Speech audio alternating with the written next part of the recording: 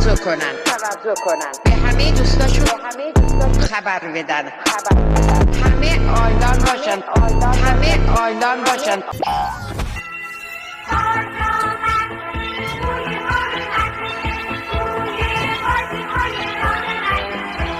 آقا این منم، البته که لازم معرفی نیست، ولی میخوام راجع به بدبختیام بهتون بگم. آقا من داشتم زندگیمو میکردم تا اینکه سر و کله این دوتا تو زندگی من پیدا شد. اصلا چرا دارم توضیح میدم؟ برگردیم عقب خودتون ببینید.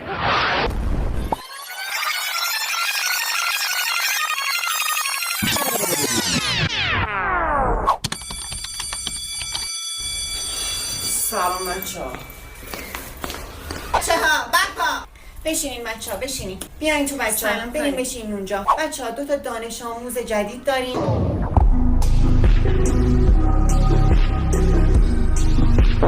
میخوام که باشون خوب برخورد کنیم و امیدوارم که در کنار هم بتونیم امسال سال خوبی رو سپری کنیم. آقا وایسا. سال خوب نمیخوام آقا، 100 سال سیا نمیخوام. فکر کن در طول هفته صبح باید زود پاشی، شنبه تا چهارشنبه رو بری مدرسه. اصلا اینا به کنار. صبح روز برفی وسط زمستون آب دهنت داره شور میریزه، گوشی مغنت کنار گوشته، یه کیف هم وزن خودت هم باید بندازی رو دوشت، تو سگ سرما بری مدرسه. آقا بی خیال بقیه ویدیو رو ببینید. آقا اشتباه شد. راتش کن.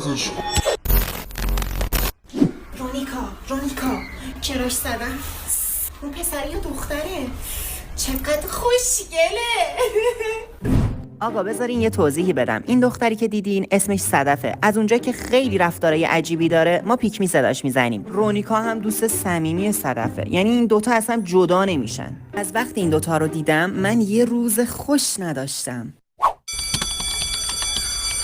ببینید بچه‌ها، ددیتون خیلی جنگیه. از اونجا که نمیخوام تعریف از خود باشه، اون روز داشتم تو خیابون راه میرفتم، پسر فیس تو فیس با من اومد. فیس تو فیس داشت چشای من زل زده بود، نگاه میکرد. اونجا بود که گفتم چی به من داری نگاه میکنی؟ درد نخور، تو که بچه لات نیستی، تو دکور لاتی. کله رو رفتم، اما با کله رفت زنی. دریتون جنگیه. اوا سایلم. اسم شما چیه؟ من تامبوی هم دنبال جریم دارم میگردم. Oh my god.